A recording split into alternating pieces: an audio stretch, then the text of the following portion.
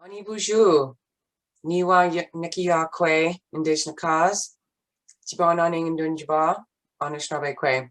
Good afternoon, everyone. My name is Lindsey Cosh, and I am IDHC's Foot Care Program Coordinator. And I'm originally from Jibananing, colonially known as Killarney. And I am presenting to you today from Sudbury, which is the traditional lands of the Atikamekw First Nation and the territory of the Robinson-Huron Treaty. So I will start us off today by talking a little bit about John Victor Munro, and leading into that is just a little refresher review on the complications of diabetes and how it affects the feet. So just a little bit about IDHC's vision and mission. Our vision is to strengthen Indigenous community capacity to reduce the impact of diabetes. And our mission is to achieve this by supporting Indigenous communities, families, and individuals by promoting our holistic wellness models, building on the traditional teachings and best practices to develop and provide programs, education, and resources, and building relationships and community capacity. And in all this, IDHC recognizes and respects personal choice, autonomy, and diversity. A little bit about the Foot Care Program. We have a holistic model of care that supports a continuum of seamless foot care services, and it's based on knowledge sharing, screening, access to care, treatment support, and data collection. Our focus is to provide these services to Indigenous people who are affected by or at risk of diabetes and its complications. We strive to assist individuals and communities through the educational outreach and events, self-care resources, ongoing preventative foot care clinics, and subsidy for individualized treatment, footwear, and foot devices. So we work together with our partners to strengthen local community collaboration. Some key takeaways for today is that we hope that you learn a little bit more about limb preservation and the resources to support your own self-care and foot inspections, to learn a little bit about John Munro, his story, and why his foot concerns led to amputations, to identify the different foot concerns and potential risks to develop that can be developed from an ulcer, and to also learn about wounds and why they develop and what is the best practice for treatment options. So just a little review as to why sugars affect your feet and why it's so important to know about that feeling in the feet and the blood flow getting to the feet and away. So with type 2 diabetes, it is a disease that is affecting the blood due to the cell's inability to accept sugar from the bloodstream due to the lack of insulin being produced from the pancreas, or there is an interruption or a concern where it's not accepting the insulin. That is the key that opens the door for the cells to accept the glucose. So the glucose, aka sugar, stays in the blood rather than feeding the cells. So when it's not absorbed into the cells, it's left in the bloodstream on our red blood cells, traveling throughout our blood and down to our feet and our extremities, such as our eyes, our fingertips, and traveling on those red blood cells. Now, with the higher sugar levels, there is a lot of sugar that is on these red blood cells. And as it gets closer to the extremities, those smaller parts, those very, very small parts actually get affected. And this is where the nerve damage comes in. Only one red blood cell can get it in a time.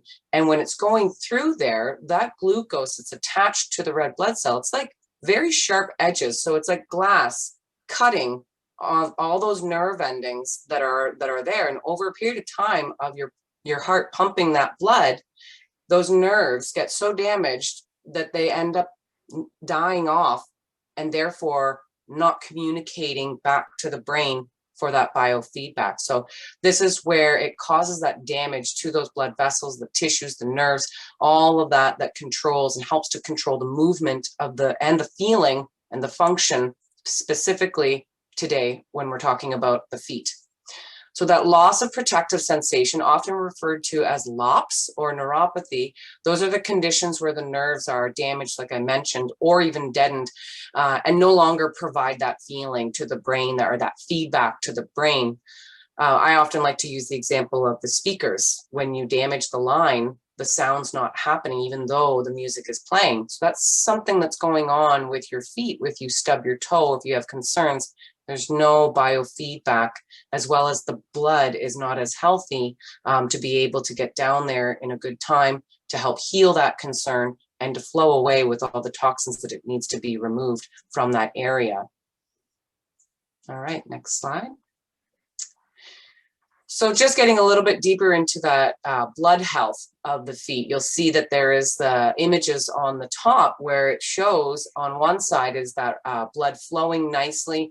And then on the other side, you have that yellow kind of buildup image.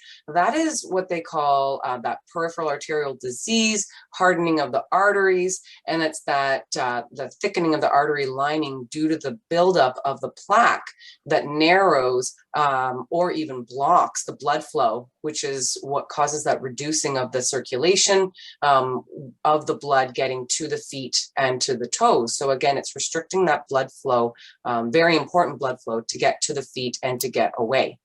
So with the loss of feeling to the feet and the lack of blood flow, the foot becomes a higher risk for the unnoticed trauma and the decreased ability to heal this trauma. And when small foot concerns go left unchecked, because again, if you don't feel it to know, to see, then you're not checking it as often. They become bigger concerns and oftentimes leading to infection, which could lead to the ulcer, gangrene, and possible foot amputations. So these are just some common foot concerns that you may see. 3 different areas that I wanted to address today, just in regards to the common foot concerns that are affected by those high sugar levels that are causing damage to the feet, is the structural concerns. And that is the bones, the ligaments, the tendons, everything, all those areas that help keep the shape and the movement of the foot. Such concerns could be fallen arches, bunions, bunionettes, overlapping toes, curling of the toes at different joints, such as your hammer toe, claw toe, mallet toe, and the flexibility of the toes that is required for when you're having balance or even when you're walking. So that top picture just goes through some of those structural concerns that could affect the feet. And one of the structural concerns that I did not note here is called Charcot foot, which is where all of the bones in the foot actually become so displaced and the arches drop to a point where there is no longer an arch. It's actually pushing into the tissue and you've lost all shape of your foot, and you require a specialized custom-made shoe to accommodate that. Some soft tissue concerns to be aware of. So those are more affecting the skin of the feet, such as our corns. They can be hard or soft. The warts, plantar's warts, which is a viral infection, callus, extreme dry skin, fissures, which are the cracks on the heels in between the toes, blisters from friction and rubbing, ulceration, which is that open sore or wound, and peeling of the skin and infection could also be athlete's foot or that skin fungus infection going on with the skin areas. Toenail concerns, again, looking at the bottom of the page, you'll see on the one side is the fungal infection, and then on the picture next to it is that ingrown toenail infection, where you see that it's red, it's swelling, and there's that infection going on there. So there could be, with the nail concerns, thickened nail, ram's horn, fungal infections, ingrown toenails, an infection from the ingrown in the tissue around the nail, as well as deformed nails that come from trauma. So some of these nail concerns can be treated and relieved with proper care, proper prevention care, as well as getting them seen by a foot care specialist. And just addressing the pictures in the middle, on the side closest to the text is your plantar's warts, which is that whitish circular area with the black pinheads. That is what a plantar's wart looks like. And the picture next to it is just that dry skin, and you'll notice that there's some fissures happening there on that dry skin. And when we do not have the proper moisture, because the sugar in the feet also affect our moisture glands that help to keep the skin moisturized, the pressure from walking and standing ends up splitting the skin, and it splits open. And when that skin is broken, that first line of defense has just been weakened and opened, and bacteria can develop infection, or infection can develop from the bacteria, which could lead to further, deeper, more severe complications regarding this. So small concerns can become larger if they are left unchecked. Next slide. So leading from those concerns, I just wanted to talk a little bit about John's story and how he came to partner with IDHC, at the time known as SODI, and what we can learn from John and his complications with diabetes. So John was born in 1952. He was raised in Yellow Quill First Nation. He lived off the land with a traditional lifestyle up until the age of 13.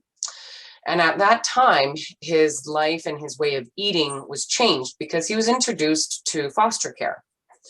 So fast forwarding to 1974, at the age of 22, he was diagnosed with diabetes. And at that time, when he was diagnosed with diabetes, he was asked if he knew what diabetes was, and it was the fact that his body could not get rid of sugar on its own, and he needed pills to take. John was a man who didn't necessarily believe in pills, and he was a little stubborn as well.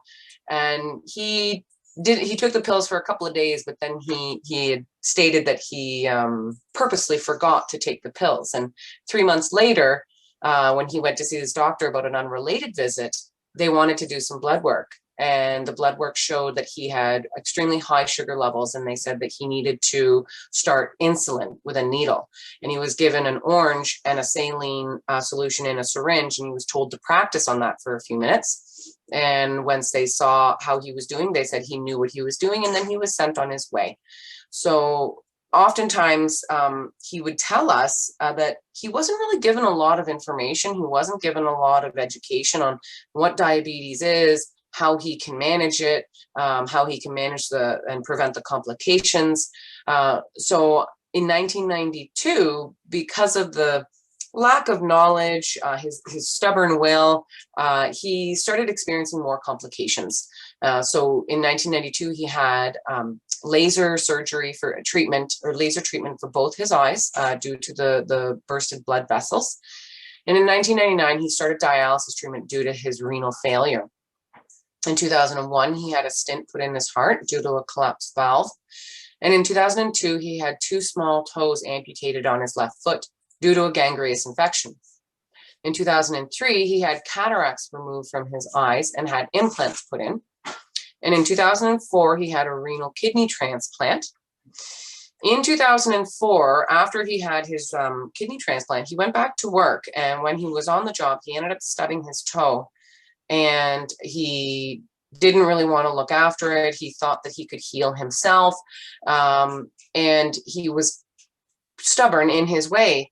And in 2005, he ended up having to have a below-the-knee amputation on his right leg due to the gangrenous infection. And after that, he suffered from another complication, which was depression and that mental unwellness. He often would tell us that it was almost like he was carrying around a silent disease. He wasn't necessarily being told too much about it, about prevention, about healthy living, and he felt that he couldn't share a lot of his stories. And he got quite depressed and often turned to painkillers to try to numb the pain and numb the guilt and anger that he felt inside. And in 2008, he attended George Brown College to obtain the knowledge needed to better advocate for the awareness of the silent disease called diabetes. And in 2010, John joined forces with IDHC to increase awareness and talk a little bit more about diabetes to our male community members, traveling on road, creating resources, and we shared his story by visiting the communities and giving him the space to share his story, and then also sharing the resources that we created together. And in 2013, John did pass away and made his journey into the spirit world, but he felt so strongly about sharing his story and about sharing his teachings that unfortunately was never shared with him early enough to prevent a lot of these complications that happened. and he wanted to be able to help others to try to prevent amputations and be able to learn a little bit from him. So with diabetes affecting First Nations, he really wanted his story to be told and to be shared out there for everyone to read and to learn about. And with that, John has left a mark with IDHC, and he has touched a lot of lives, both during his journey physically on this world, as well as his story continues to be told after he has now passed into the spirit world. And we will be sharing some more information and resources about John's complete story. These were just sort of like a few of the things that we wanted to highlight with you, as to with the lack of education, and also he after a while ended up blaming a lot of himself instead of blaming others, because he didn't necessarily act quick enough when it came to small concerns and when it came to seeking support. And that is also told in his complete story that we will share with you at the end of this presentation. Next slide. So some of the self-help tips that he wanted to get out to the community while traveling with us on road was most importantly, controlling the blood sugar levels, knowing what that means to control your blood sugar levels and how to do that. Drinking water, making sure that we're having enough fluids going into our system, daily exercise, trying not to smoke or limit that, and trying not to drink and also limit that, eating healthy, properly portioned meals, staying regular with your medications, and keeping in close contact with your diabetes healthcare providers, wearing those closed-toe shoes, and washing, drying, and moisturizing and checking your feet daily.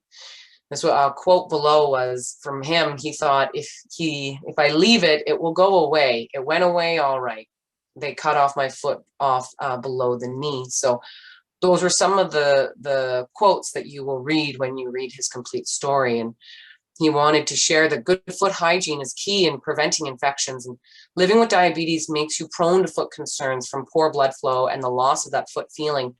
You could have a concern or infection and not know it. So checking your feet daily, and if you notice those signs of change, you want to report it immediately to your diabetes healthcare team, who can then refer you to a foot care specialist. So he learned later that diabetes was controlling him, and he wanted to take control back. So he did by knowing and understanding and practicing. So he wanted to share that we can take control over it, and you can keep your feet healthy. Next slide. Okay, and that wraps up my portion of the presentation, and I will turn it over to Mariam. Hello, everyone. My name is Mariam Botros. I'm a chiropodist by background and the CEO of Wounds Canada, and I'm speaking to you today from Toronto, the traditional lands of Mississauga and the new credit of First Nations. So I'm really honored to be with you. And as Lindsey mentioned, it is really important to honor John. And with that, one of the first things that my father always taught me is your greatest teacher will be your patient. And there's many things that John can teach us today, and we can learn from him to do better. To know better is to do better. And so we're going to look at, can we really keep our feet healthy, and what will that take? We know that 80% of major amputations are preventable. That's a big number. 4 out of 5 of these amputations can be prevented. Yet the majority of them, 85% of them, are preceded by a foot ulcer. So how can we prevent those foot ulcers that can lead us to amputations? And foot ulcers are the break into the skin. We can do that by managing our diabetes and staying informed. We can do that by knowing that we are at risk and what's our risk level. We can do that by having regular foot examinations and professional foot care and footwear, as Lindsey mentioned, and by performing our daily foot exam and taking care of it, and not living in fear and reaching out for help. So those are all important things. And we can go upstream or downstream in the care of our feet. So we can live with diabetes and have very healthy feet, and we don't have diabetic foot disease. After time, we may develop the diabetic foot disease, and that makes us really prone to break in the skin and other foot complications. And even then, those wounds can heal and they don't need to turn into amputations. But when they heal, as I always mention to our patients, is the biggest challenge is to prevent the reoccurrences from taking place. So let's look at John's foot health journey. And it can be basically broken down into different stages. We can either get it very upstream, and when John is newly diagnosed with diabetes, his key goal should be to prevent foot disease and really manage his foot health to prevent the disease from setting in. And even if the foot disease does occur, which is a combination of the loss of sensation that Lindsey spoke about, poor circulation, and deformity, there's still a lot that John can do to prevent that wound and severe complications like Charcot from taking place. And it is really about partnering with your healthcare providers and institutions like IDCH and making sure you're doing what you need to prevent these complications from setting in. And again, even if the complications do set in and you're now in a more downstream place, then it's really important for John to be able to be again linked with the right team, really manage his condition. And as Lindsey mentioned, not let the condition manage him, learn to adapt and live with the condition, and partner with healthcare providers. And once the complication is over, we can't forget about it because we are at a much higher risk. So there are things that can be done to prevent further re-ulcerations or reoccurrences of those complications.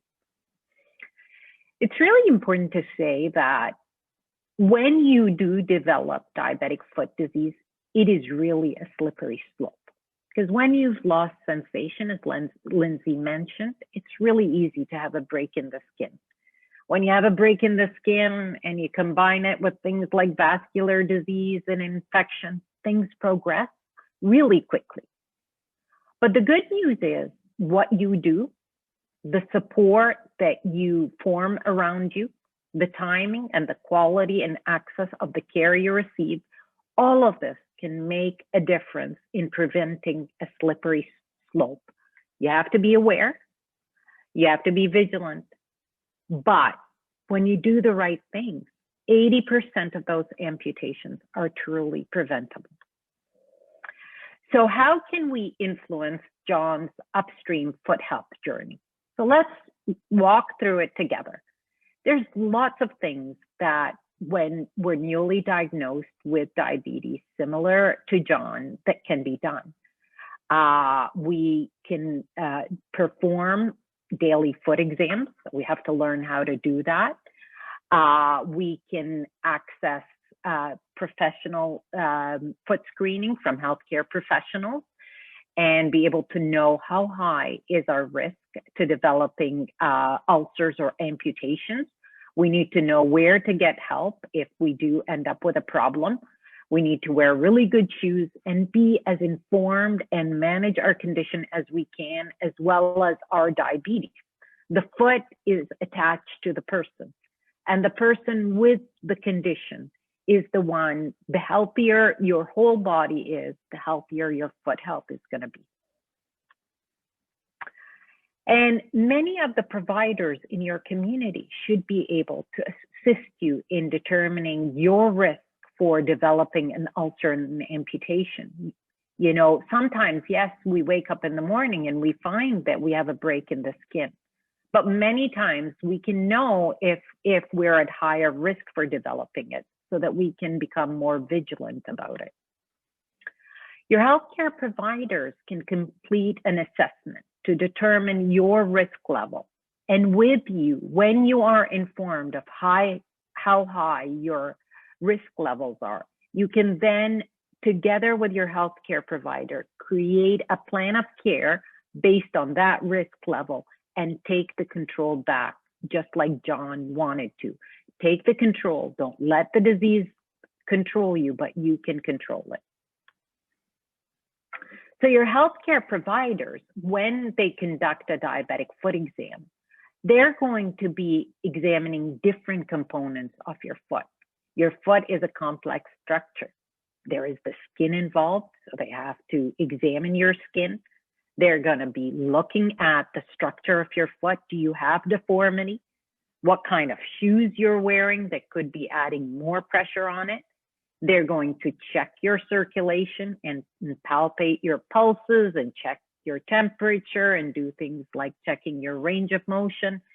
They're going to do what is known as a monofilament sensation exam. They're going to check how sensitive are your feet. Can you feel? Did you lose loss of protective sensation that can protect you in being able to determine if you're injuring your foot? And they're going to ask you key questions that will assist them to identify all of that. Ultimately, a good foot screen will help identify if there is skin and nail problems, deformity, active deformity, inappropriate footwear, infection, things like peripheral arterial disease, poor circulation, neuropathy, otherwise known as loss of protective sensation that will protect you. All of these will then put you on a different category of how high is your risk to developing that breakdown in your skin, and ultimately that could make you prone to developing an amputation. Knowing is taking control. So together you will learn, and had John had this examination early on, he could have worked with his providers to be able to know what his risk level is and what he needed to do to be able to prevent that from taking place. And it will vary all the way from low to very urgent risk that you must get access to care immediately. And that's what your great providers will be able to assist you in. And together you co-create the plan of care. You know, what do you need to do depending on the risk level again? What needs to happen? And together, depending on your circumstances, where you're living, the facilities around you, all of that can be set together with your provider. It's important that during that journey as well, that John receives information and learns how to examine his feet daily. Looking at it, knowing what you're looking for is key. Understanding his risk level is really important, and that would be number one. And then learning how to examine all parts of his feet, because the foot, you know, there's the bottom of your foot, in between your toes, the top of your foot, knowing what you're looking for. Many times it's really difficult for many of us to look underneath our foot. So sometimes using things like a mirror at the bottom and looking for the key things that Lindsey talked about, the different things that can happen to our skin or nail. Also, the other thing is you could also get an infrared thermometer to help assess if you're having an increased temperature in your foot, to be able to determine if there is something going on. So there are devices out there that can assist you to determine if something is going on and you're going to be picking up an increased temperature level. So again, knowing and being vigilant, your providers are with you some of the time, but you're with your feet all the time. So the fact that John takes ownership of his feet and had conducted the daily foot exam, that would have been critical to start noticing small changes that could have been picked up prior to him developing the gangrene. Also, John may have felt isolated. So getting into a support group, and there are support groups that exist within different local communities and foot care support groups, So knowing you're part of a community, whether it's through IDCH or within the local community that you're living in, it is really important to know that you're not alone. You're not experiencing this alone. And to learn from other people, what did they do and how did they overcome their challenges, can be very empowering. So all of these are things that John could have done much earlier on. But sometimes life doesn't give us that luxury. And sometimes we do end up with complications. So let's see what can be done when things are a little bit more downstream and you start developing those complications. So again, you know, John now is experiencing a wound or a break in the skin or gangrene. These are all big complications. The longer he leaves it, the less likely he's going to heal. The longer it takes for him to be able to cope and recognize he isn't a problem, the harder it will be to prevent him from sliding down that slippery slope.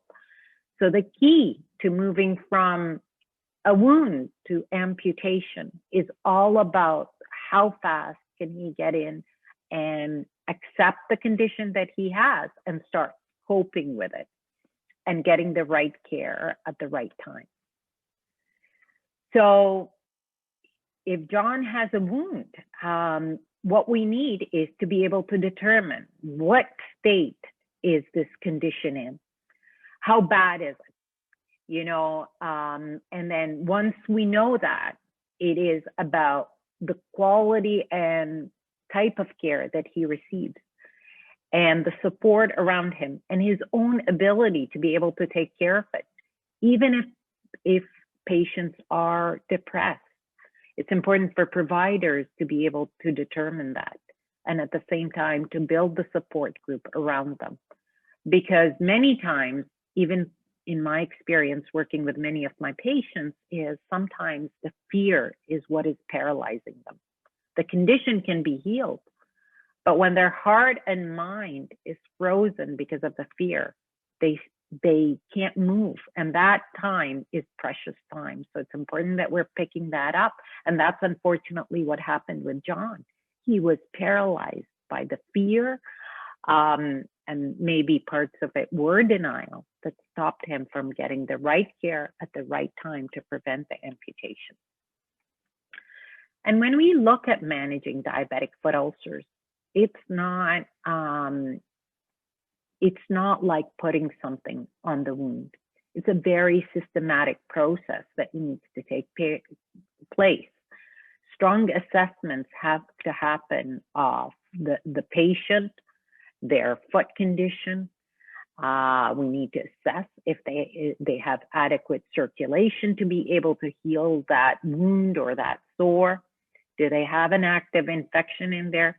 What kind of pressure is continually keeping it exasperated and open? We need to identify, to screen that foot and know what kind of risk level it's at to developing further injury.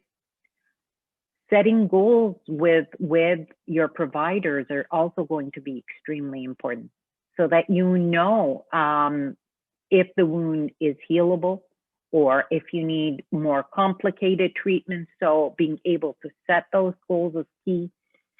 Being able to be linked in with great teams from your community is also extremely important. And then we start looking at what to put on that wound. And we have to continually reevaluate that state. When we're looking at the skin and wound, it's really important for us to be able to determine, does John have infection or a vascular problem? Many times the challenge with diabetic foot ulcers is a lot of our signs that we have an infection in people living with diabetes. It's not as apparent as an average person. So it's not showing. You may have a horrible infection and you're not showing signs of redness and heat except at a much later stages. So it's really important that when you have a wound to get it checked out right away, to be able to have your healthcare providers detect these subtle signs that could lead you to think of infection. Does John have the support and capacity to know how to care for that wound? We heard from Lindsey is that, he may not, his depression may have prevented him from having the capacity to care for his wound.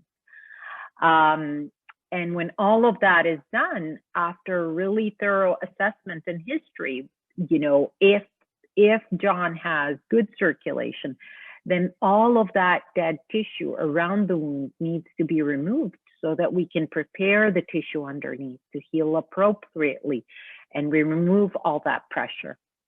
We have to remove the pressure that's causing the wounds. Are your boots the ones that are putting pressure? Do you have a nail within your shoe that's always penetrating and creating more pressure? So we have to figure out, where is this pressure coming from, and how can we take the pressure off to allow those baby cells to heal.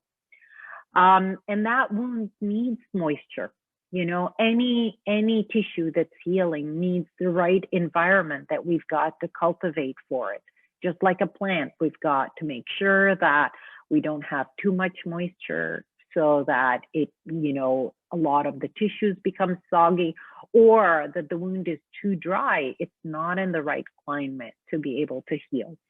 So all of that is really important. And then the other thing is, one of our key goals is, how do we prevent other areas within that foot or the opposite leg from getting even more breakdown and developing other sores? These are all important things that, if John has an active wound, that we need to do. It's really important whenever somebody has a wound is that they receive emotional support. They have the understanding of their condition and the goals. They have to be able to learn when to recognize they are in trouble and where to go, because time is what will save that foot or that leg. The person, John, needed to know how to prevent other wounds from taking place in other parts of his foot or in the other leg, and an overall good management of diabetes. The better his diabetes, the better his general health is going to be.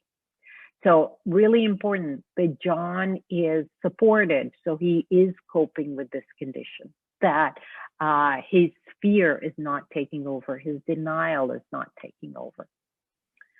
And had John healed, his chances of developing an ulcer are really high as well.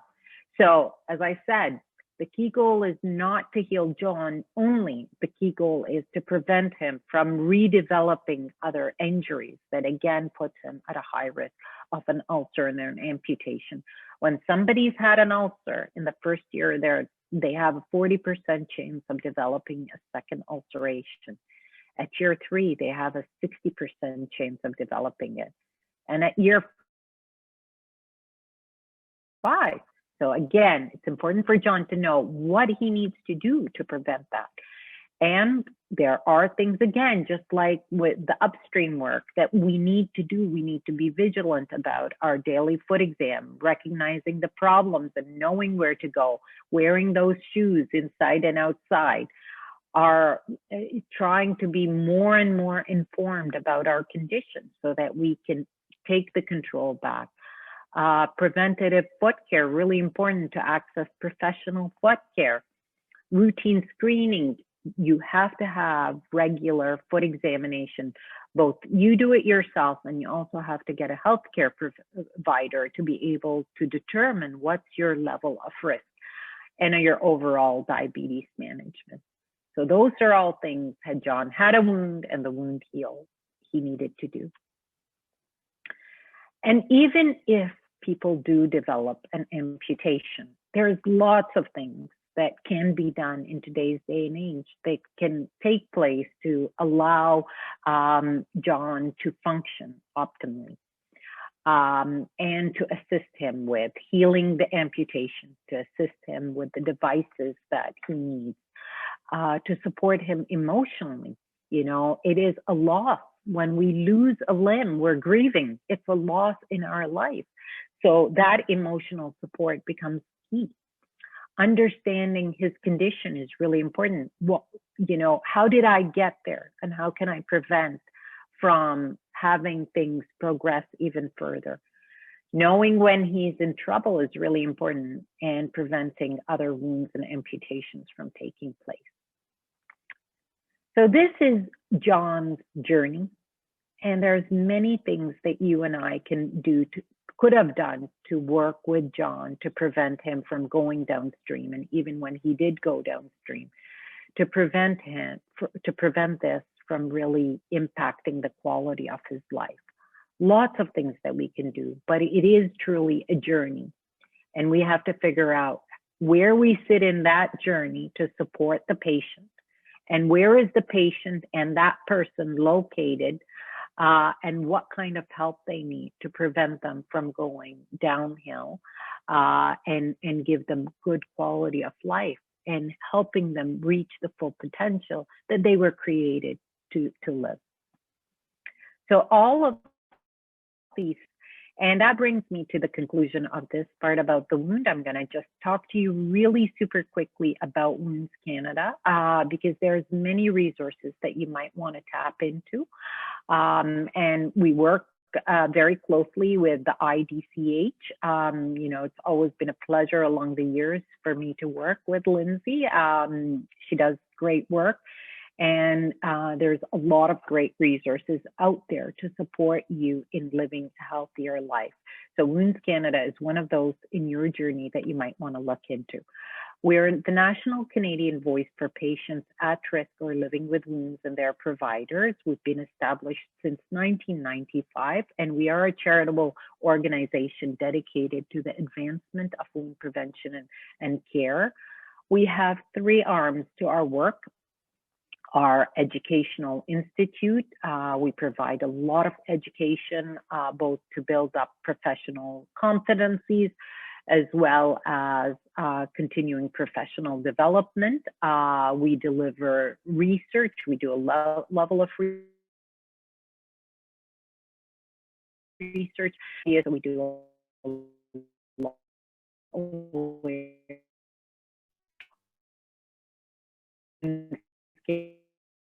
support empathy and conferences on an annual basis. The Wounds Canada Institute offers evidence-based accredited programs for both regulated and unregulated providers and the multidisciplinary healthcare professionals.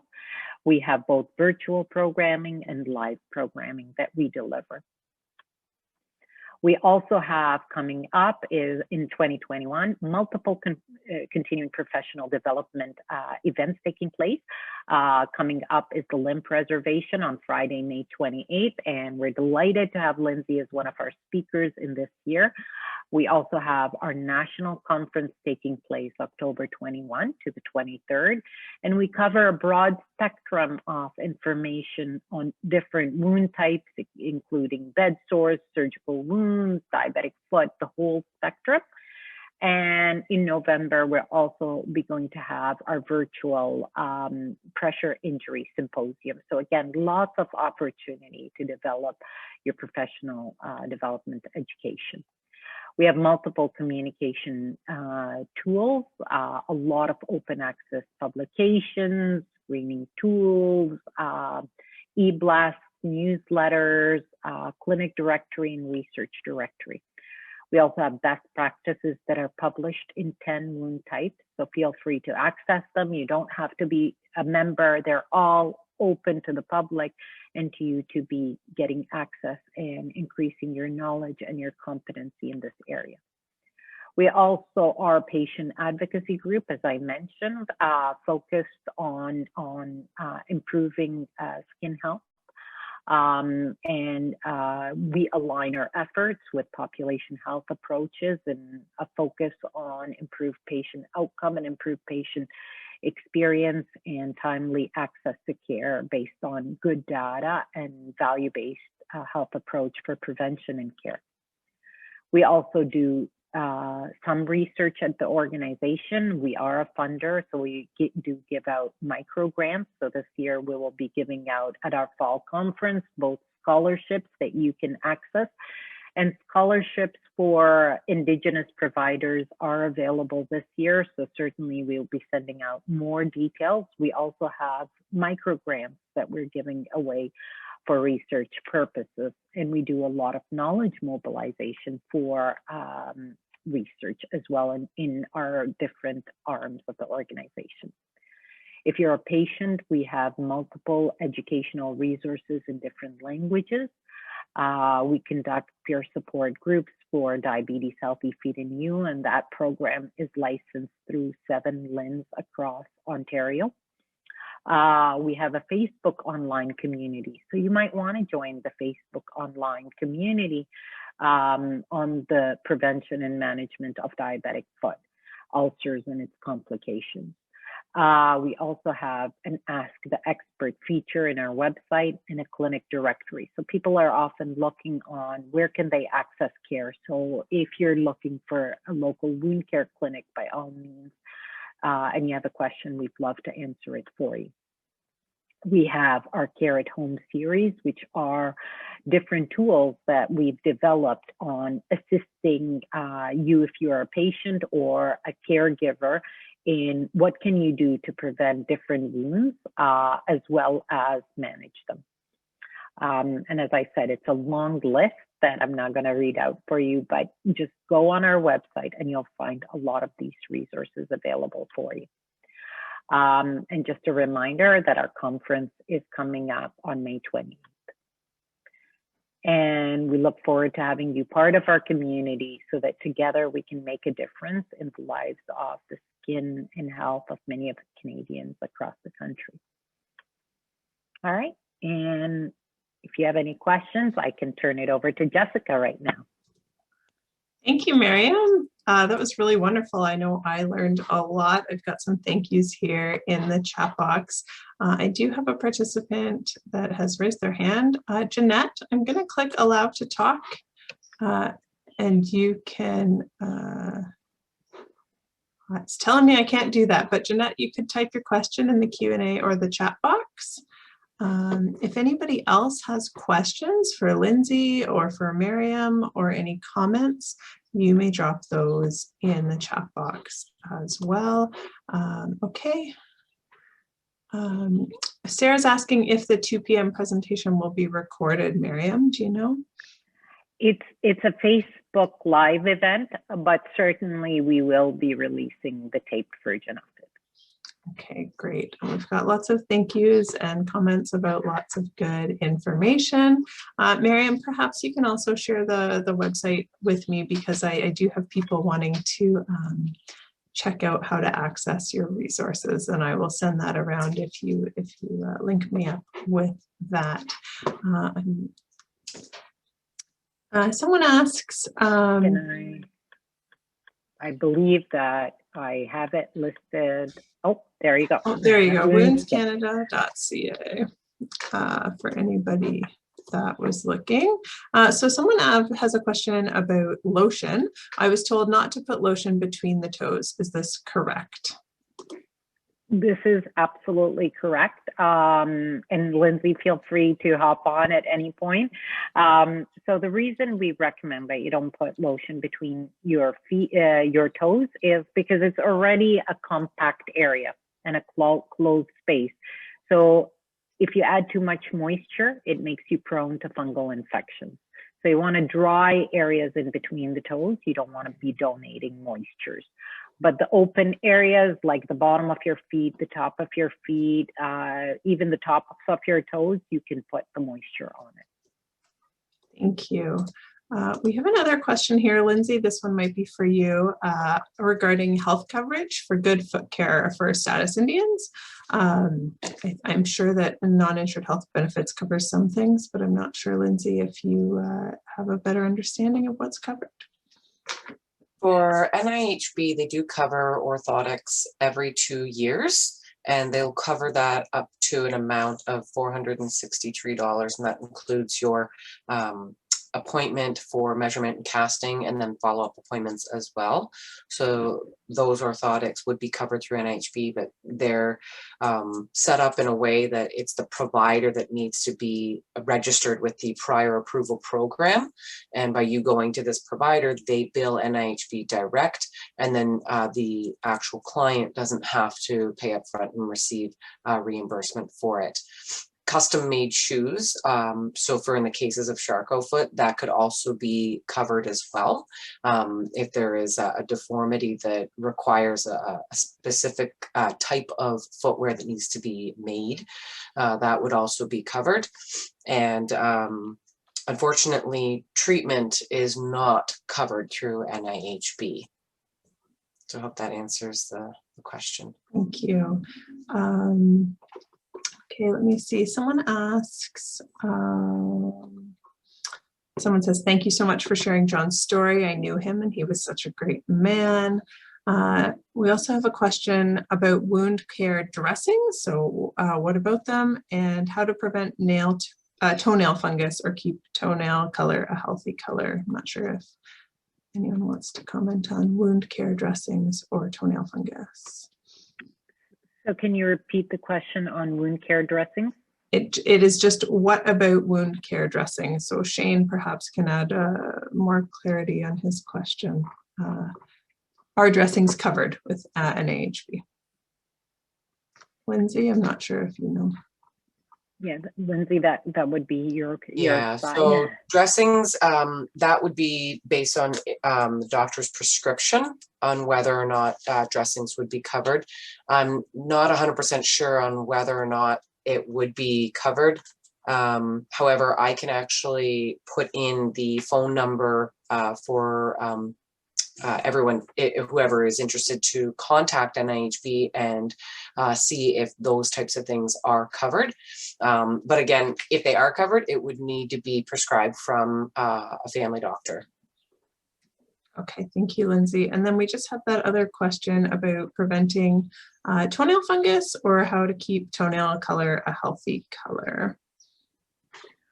So the best thing to prevent toenail fungus is managing your diabetes. The more your blood sugar levels are at a good level, the more you'll be less prone to infections such as fungus. And then, of course, foot care hygiene. So ensuring that you are getting regular checkups, ensuring that you're wearing the right type of socks and shoes, and all of those would optimize preventing toenail fungus. But it really starts off with your blood sugar levels. If you go back to your blood sugar levels, that's the step number one, and going to your foot care specialist and managing your daily foot hygiene and wearing the right shoes and socks. Lindsay, anything else that you want to add? Yes, I wanted to touch upon that foot hygiene is important, as a lot of times with nail fungus, it oftentimes comes from fungus that could be created or started on the actual skin or in between the toes. So it kind of also goes back to the question about moisturizing between the toes. We want to keep that area dry so that, you know, we don't give that particular area the environment where that fungal bacteria can flourish. So keeping your feet dry, practicing that daily hygiene is also very important. And if you wanted to go with, just like a preventative, the essential oil, tea tree oil in a diluted amount would be a good use, as it is a natural antifungal. So to be putting that into your daily foot care bag and utilizing that every day, would be a good start. But as Mariam said, we don't want to give our skin or our bodies a chance for any infection to start. So controlling your sugar levels and then keeping your skin clean and dry to help prevent the fungus. Wonderful. And we have one more question here.